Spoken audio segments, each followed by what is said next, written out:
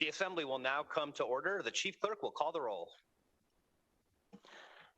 Assemblywoman Anderson, Assemblywoman Backus, Assemblywoman Bilbray Axelrod, Assemblywoman Brown May, Assemblyman Carter, Assemblywoman Cohen, Assemblywoman Considine, Assemblyman DeLong, Assemblywoman Dickman, Assemblyman De Silva, Assemblywoman Duran, Assemblywoman Gallant, Assemblywoman Gonzalez, Assemblywoman Gorlow, Assemblyman Gray, Assemblyman Gurr, Assemblyman Gurr, Assemblyman Hafen, Assemblywoman Hanson, Assemblywoman Hardy, Assemblyman Hibbets, Assemblywoman Howdigi, Assemblywoman Kasama, Assemblyman Koenig, Assemblywoman LaRue Hatch, Assemblywoman Orzola, Assemblyman MacArthur, Assemblywoman Brittany Miller, Assemblyman C.H. Miller, Assemblywoman Monroe Moreno, Assemblywoman Mosca, Assemblywoman Noogie, Assemblyman Nguyen, Assemblyman O'Neill, Assemblyman Ortlicker, Assemblywoman Peters, Assemblywoman Summers Armstrong, Assemblywoman Taylor, Assemblywoman Thomas, Assemblywoman Torres, Assemblyman Watts, Speaker Yeager. Oh, excuse me, Assemblyman Urick, Speaker Yeager. Here. Assemblywoman Howdigi.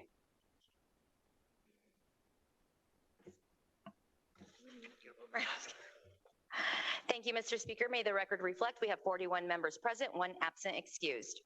The record shall so reflect we have 41 members present, 1 absent excused. That means we do have a quorum. Would members of the assembly and guests please rise for the prayer by Chaplain Craig Swope, First Christian Church from right here in Carson City.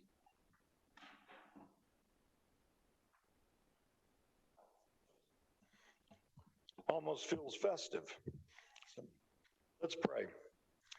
Father, we thank you for those who were path makers over a half century ago. Our brightest lights along that path were working for the common good in these halls. They discovered meaning in their service. Across cultures, belief systems, economic and political systems, people have found through history that components are present when we discover a meaningful life are belonging, a place where we connect and can interact with others with the common good or interest, an opportunity to care and be cared for. We find meaning. Purpose.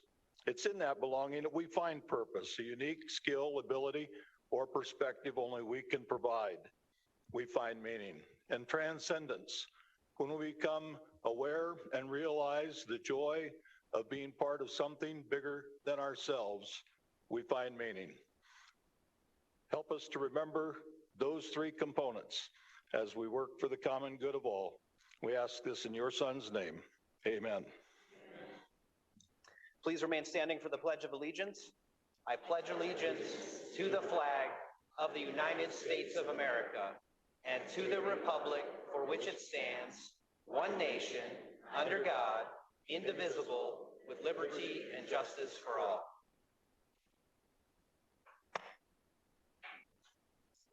Order of Business 2, reading and approval of the journal. Carson City, Wednesday, March 29, 2023. Assembly called to order at 12 noon. Assemblywoman Howdigi. Thank you, Mr. Speaker. I move to end with the reading of the journal and allow the Speaker and the Chief Clerk to make any necessary corrections and additions. You've heard the motion. All those in favor signify by saying aye. Aye. Any opposed, nay. Motion carries. Order of Business 6, communications. Congress of the United States, House of Representatives, Washington, D.C., 20515-2802, March 30th, 2023. The Honorable Steve Yeager, the Honorable Nicole J. Canizaro, Nevada Legislature, 401 South Carson Street, Carson City, Nevada, 89701-4747. Dear Speaker Yeager and Majority Leader Canizaro, pursuant to past protocol, I would like to request permission as a representative in the United States Congress of the 2nd District of Nevada to address a joint session of the Nevada Legislature on Monday, May 8, 2023 at 5 p.m. Please contact my district director, Stacy L. Parabeck, at 775-686-5760 to coordinate the details of my visit, or if you have any further questions, your consideration of this request is greatly appreciated. Sincerely, Mark E. Amade, Member of Congress. Order of Business 8, motions, resolutions, and notices.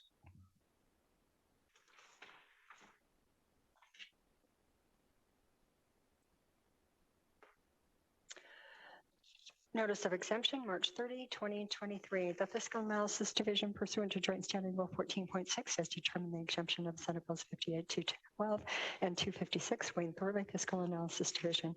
Notice of exemption, March 30, 2023. The Fiscal Analysis Division pursuant to Joint Standing Rule 14.6 has determined the eligibility for exemption of Senate Bills 220, 266, 430, 432, and 444. Wayne Thorley, Fiscal Analysis Division. Assemblywoman Howdigee.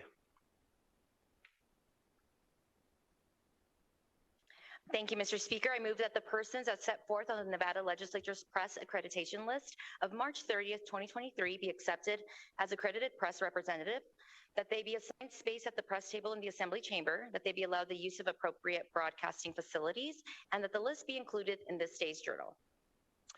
You've heard the motion. All those in favor signify by saying aye. Aye. Anyone opposed, nay. Motion carries. We will go to Order of Business 12, General File and Third Reading. Assembly Bill 136, introduced by the Committee on Health and Human Services, an act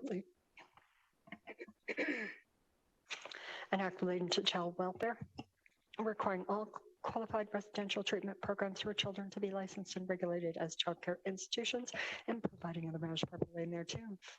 The people of the state of Nevada represented in Senate and Assembly do enact as follows. Section 1, end of Section 1, Section 3, end of Section 3, end of.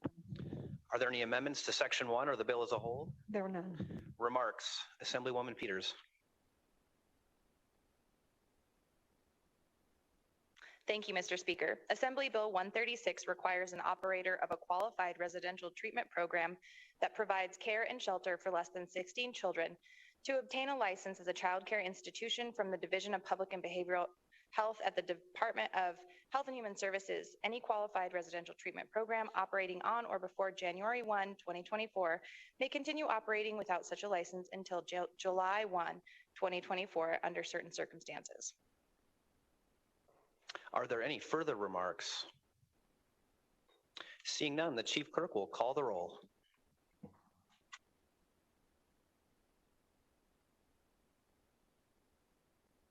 Assemblywoman Anderson. Assemblywoman Backus. Assemblywoman Bilbray Axelrod. Assemblywoman Brown May. Assemblyman Carter. Assemblywoman Cohen. Assemblywoman Considine. Assemblyman DeLong. Assemblywoman Dickman. Assemblyman De Silva. Assemblywoman Duran. Assemblywoman Gallant. Assemblywoman Gonzalez. Assemblywoman Gorlow. Assemblyman Gray. Assemblyman Gurr. Assemblyman Hafen. Assemblywoman Hanson. Assemblywoman Hardy. Assemblyman Hibbets. Assemblywoman Howdigee. Assemblywoman Kasama. Assemblyman Koenig. Assemblywoman LaRue Hatch. Assemblywoman Marzola. Assemblyman MacArthur. Assemblywoman Brittany Miller. Assemblyman C.H. Miller. Assemblywoman Monroe Moreno. Assemblywoman Mosca. Assemblywoman Newby. Assemblyman Wynn. Assemblyman O'Neill. Assemblyman Orlicker. Assemblywoman Peters. Assemblywoman Summers Armstrong. Assemblywoman Taylor. Assemblywoman Thomas. Assemblywoman Torres. Assemblyman Watts. Assemblyman Urick. Speaker Yeager. Aye. Would anyone like to change their vote? The Chief Clerk will record the vote. There are 41 ayes, 0 nays, 1 absent excuse. The bill having received a constitutional majority, I declare it passed and order transmitted to the Senate. We'll go to Order of Business 13, unfinished business of the preceding day. There being no objections, the Speaker and Chief Clerk will sign Assembly Bill 268. At this time, we're going to go to Order of Business 15, remarks from the floor, and we are going to start with Miss Michelle Burke.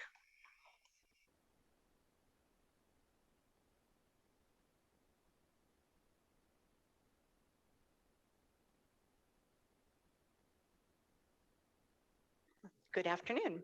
My name is Michelle Burke, and I used to be your media clerk or a few years ago. Now my mother is, or my daughter is, excuse me. Not my mother, my daughter. All right, today I want to share with you, I would like to thank Mr. Speaker and the Chief Clerk for inviting me to talk to you today. It's my privilege to share some research I compiled when I was the media clerk.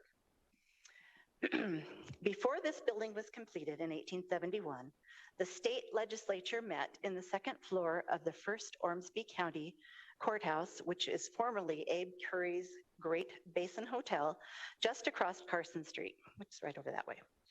In fact, if you go to the Wells Fargo bank, the little kiosk, it was that building right there that it used to be. When you enter the front doors of the Nevada Legislature building, on the wall lining the right side foyer, there's a bunch of photos of all the former speakers. All of them have a picture. Mr. Speaker will be up there too, if he's not already there, I didn't check. There's only one that is not there. He's a silhouette. And that is the second speaker that we had in 1864. And let's see. He is represented by a framed silhouette. As soon as I noticed this when I was working there, I decided I would find this. I'm a genealogist, I have a degree in history. How hard is it going to be to find a picture? So I started studying him and learned a lot of interesting things about this man. James Andrew Banks was born in Pennsylvania in January 17th, 1828. He was the oldest son of David Banks and James McAllister Banks, who were affluent estate holders. James' maternal grandfather helped George Washington rally the disheartened troops in the Revolutionary War. One of his brothers became a doctor, one a lawyer, and the youngest remained to help his father run the estate. With a desire to make his own way in the world, Mr. Banks left home at the age of 21 and headed to New York, where he learned to be a carpenter. He then got gold fever, and early in 89, he went to California. An early newspaper reported that the excitement which followed the discovery of gold in California brought Mr. Banks early immigration to these shores. Upon landing here, he engaged in business at his trade, where he followed the several years until he won the confidence of not only his fellow mechanics, but his fellow citizens. From 1848 to 1849, San Francisco population went from 1,000 people to 25,000 and continued to grow rapidly throughout the 1850s. Recognizing a need among his fellow tradesmen, in 1854, Mr. Banks helped to found the Mechanics Institute of San Francisco to serve the education and the needs of the mechanics, artisans, craftsmen, and inventors, and their families. While not still solely dedicated to mechanic arts, this institute is still in existence today. For this achievement, there are no pictures of Mr. Banks. While in San Francisco, he continued membership in the Presbyterian Church and was elected president of the Young Men's Christian Association, YMCA, in 1858. Accounts of the time report that during his tenure, he did much to bring the society to notice and put the group on firm financial ground. None of the accounts have a picture. Mr. Banks, let's see here, okay. While in San Francisco, he continued membership, no, we did that right. Mr. Banks was elected a member of the California State Legislature, in which he distinguished himself by a strict adherence to the interest of his constituents and the honest discharge of his duty. While in California legislature, he was known as a strong advocate of education and helped draft legislature establishing the the California university system. A great story of his dedication to his job can be found in the legislature report from the Sacramento Daily Union, April 27th, 1861. After a particularly heated debate during a floor session over an appropriation for the reform school, some expressions were used in consequence of which a member was ordered under arrest by the chair. Some witness accounts say that Mr. Banks had stopped at the chief clerk's desk at the end of the floor session and was intently studying something when Mr. Hahn came from behind and struck him severely with the head of his cane.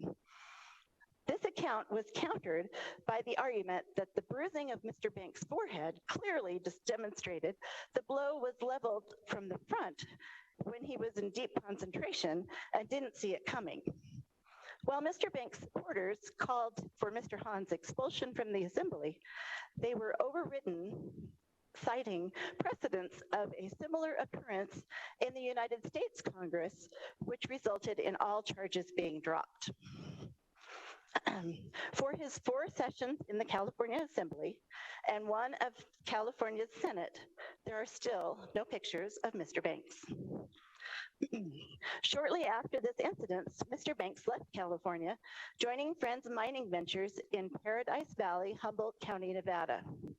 He was employed for several years as a mining engineer at the Dunn mining region. He was elected to be a delegate for the Second Constitutional Convention in 1864.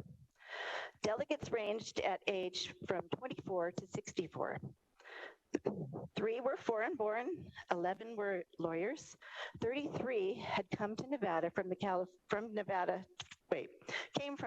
Nevada from California, and all but 1 were registered as Unionists. There was a Democrat. The president of the convention was J. Neely Johnson, a former governor of California and future justice of the Nevada Supreme Court. The 1863 Constitution, which was turned down by voters, provided for taxation of mines and mining claims, whether producing or not. Mr. Banks, who was a mine superintendent in Humboldt County, helped write the change in the 1864 document, which specified that only the proceeds of mines and claims could be taxed. With the modification, the proposed Constitution passed, was sent by telegraph to Washington, D.C., and President Lincoln declared Nevada a state on October 31st, 1864. Mr. Banks returned to his mining career in Humboldt County and was highly regarded in his field. He was known as a young man of approachable character, great industry, and full of enthusiasm. There was a large influx of settlers in the region, and the Native American population, who at first had been tolerant of the newcomers, were beginning to fight against the widespread takeover of their lands. Mr. Banks was highly critical in letters to the governor of how the military was handling the situation. He felt their handling of the conflict were escalating the situation rather than calming it down. His constant advocacy on behalf of the citizens of Humboldt County gained him the reputation as a leader, and he was elected to represent them in the 2nd session of the Nevada Legislature, where he was elected Speaker. The 1866 edition of the Harrison Telegraph reported that Mr. Banks was going to run against Senator James Nye for the United States Senate seat. This was a dream that never came to his chance. In 1867, Mr. Banks went fishing with some friends near Camp Winfield Scott, the camp of which the commander he had been so critical of in letters to the governor. Marysville Daily Appeal report said, Banks and 2 others were fishing about 1 mile from Camp Winfield Scott Banks started up the creek, and after he did not return, search was made for him. He was found about 300 yards from the fishing grounds with a bullet hole through his breast and his bowels removed. His body was taken back to camp and buried in the cemetery there. Marysville Daily Appeal, September 1867, said, "The Sacramento Union of 1861 contains a series of resolutions adopted by the citizens of Unionville, Humboldt County, Nevada, calling for the civil and military authorities to avenge the death of James A. Banks, who it is said was shot by an Indian. There is the possibility that James Banks was not shot by an Indian, as it is quite common for robberies and murders to be committed by others dressed as Indians, for which Indians had been butchered wholesale. Who actually killed Mr. Banks was never really determined or further investigated. In 1869, the Youth Men's Christian Association took his body back to San Francisco, buried him in the Masonic Cemetery, where they erected a monument in his honor. At his funeral, his dear friend, James Sawyer, said, "In the workshop, he was a gentleman. In the parlor, a companion, and in the legislative halls, he was more than a politician." The story of Mr. Banks is not quite over, though. In 1901, the growing city of San Francisco needed more land. The city passed an ordinance outlining cemeteries within the city limits, and the bodies from the Masonic Cemetery, who were not claimed by their families, were moved and buried in a mass grave in a cemetery in Colma, California. The tombs and monuments, which were ground up and used as fill in the approach of the Golden Gate Bridge. So we don't even have a picture of the monument. James Andrew Banks was 39 years old when he died. For all of his accomplishments, we have yet to locate a portrait of him. But I hope from my story today, you have a better picture of whom he was. Thank you very much.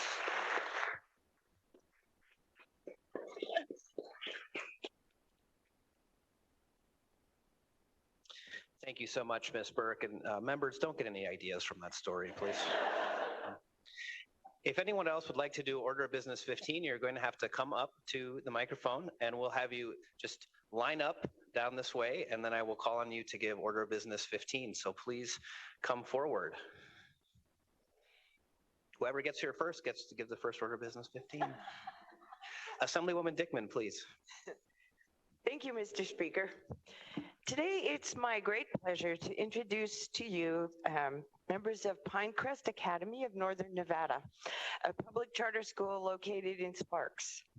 At Pinecrest Academy, they believe that every child deserves access to high-quality education, regardless of their background or zip code. This is why they have dedicated themselves to providing a superior learning experience that cultivates academic excellence, character development, and a lifelong love of learning. Today, Pinecrest Academy is visiting the state capitol and the legislature to learn more about how government works and to advocate for facility funding for public charter schools. This is vital to ensuring that public charter schools have the necessary resources to provide students with a world-class education. Please stand up, and will you all help me in welcoming them to the building? Thank you.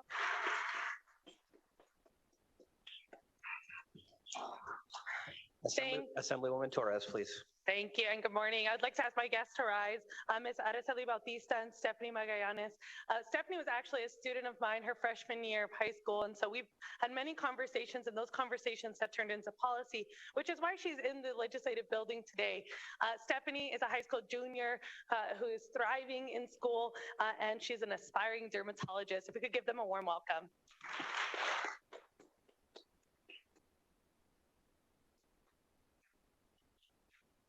Assemblywoman Bilbray Axelrod. Thank you, Mr. Speaker. I have three guests today, if they would stand. First, I have Eleanor Davis, who is a freshman honors student at Reno High School. She's been a Girl Scout for 10 years. She is also a Girl Scout national delegate and will be representing Northern Nevada girls at the National Girl Scout Convention in Florida this summer. I also have her mom, which many of you might recognize, Amber Joyner, as a former member of this body, representing Assembly District 24 during the 2015 and 2017 legislative session. She is also a member of the Board of Girl Scouts of Sierra Nevada. And lastly, I have Andy Close, who is my constituent, and she's visiting the legislature on her last 2 days of her law school spring break, where she is a 3L at UCLA Law School. And she's also the granddaughter of the former speaker of this body, Melvin Close. So if you would make them feel welcome.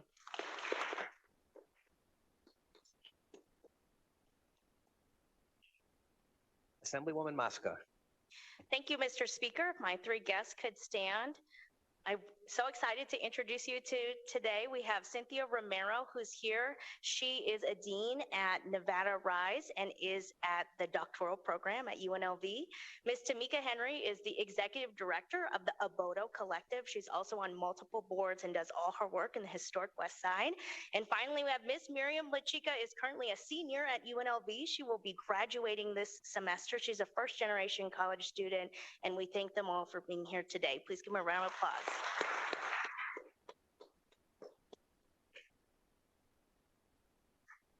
Assemblywoman Summers Armstrong. Thank you, Mr. Speaker.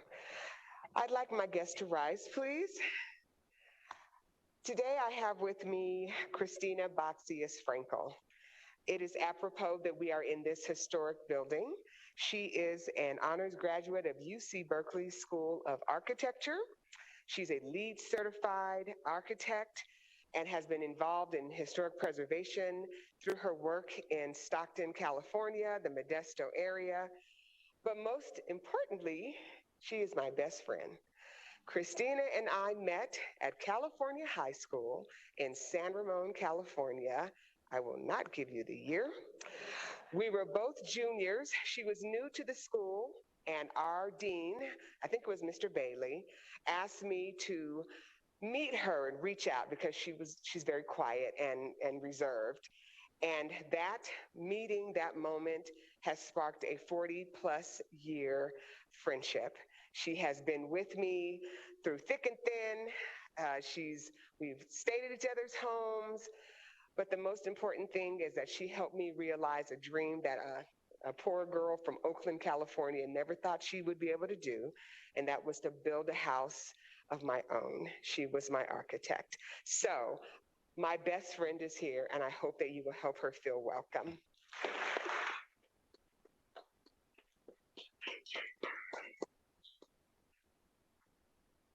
Assemblywoman Peters. Thank you, Mr. Speaker. Today is National Doctors Day. If we have anybody in the house who's here for National Doctors Day, I'm not sure they made it over, but it's worth celebrating anyways. This holiday always falls on March 30th and is designed to honor the work and dedication provided by doctors to their communities. Doctors are the ones that help keep us healthy, so this day is a good opportunity for people to thank them for their service. This is especially true nowadays when the healthcare landscape is so complex and doctors have a huge job in diagnosing and treating patients and keeping them in their best health. Help me thank them and celebrate National Doctors Day today.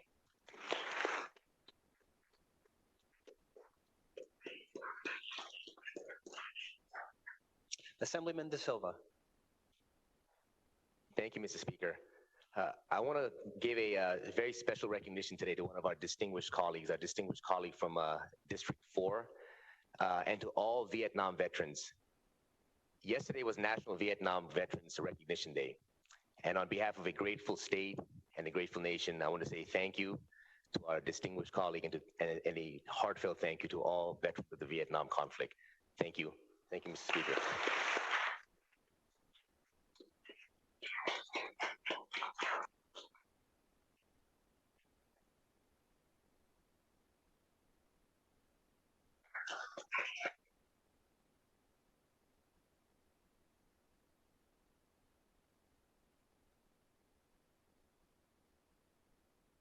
Thank you, Assemblyman, and thank you for your service as well. Do we have any other order of business 15 in this historic chamber? Assemblywoman Howdigi, please. Thank you, Mr. Speaker. Before I go to some announcements, I do want to take a moment to introduce my special guest. So if Ms. Paisley Knox could please rise. Thank you.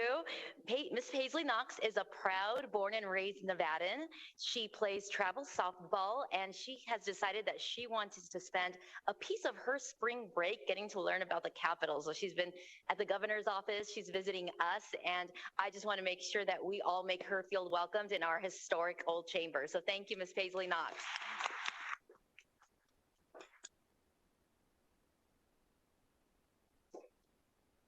She's very excited to be here. Okay, some announcements for the floor. Today is Family Medicine Day at the Legislature. They do have events in room 3100, so please stop by and visit them. There's also a San Manuel Gaming and Hospitality Authority legislative reception from 5 to 7 at Piazza, so please stop by. Tomorrow, we have the Nevada Chronic Care Collaborative with events in room 3100, and also the Nevada Statewide Coalition Partnership for Youth Legislative Day. Seeing no other business, Mr. Speaker, I move that we stand adjourned until Saturday, April 1st.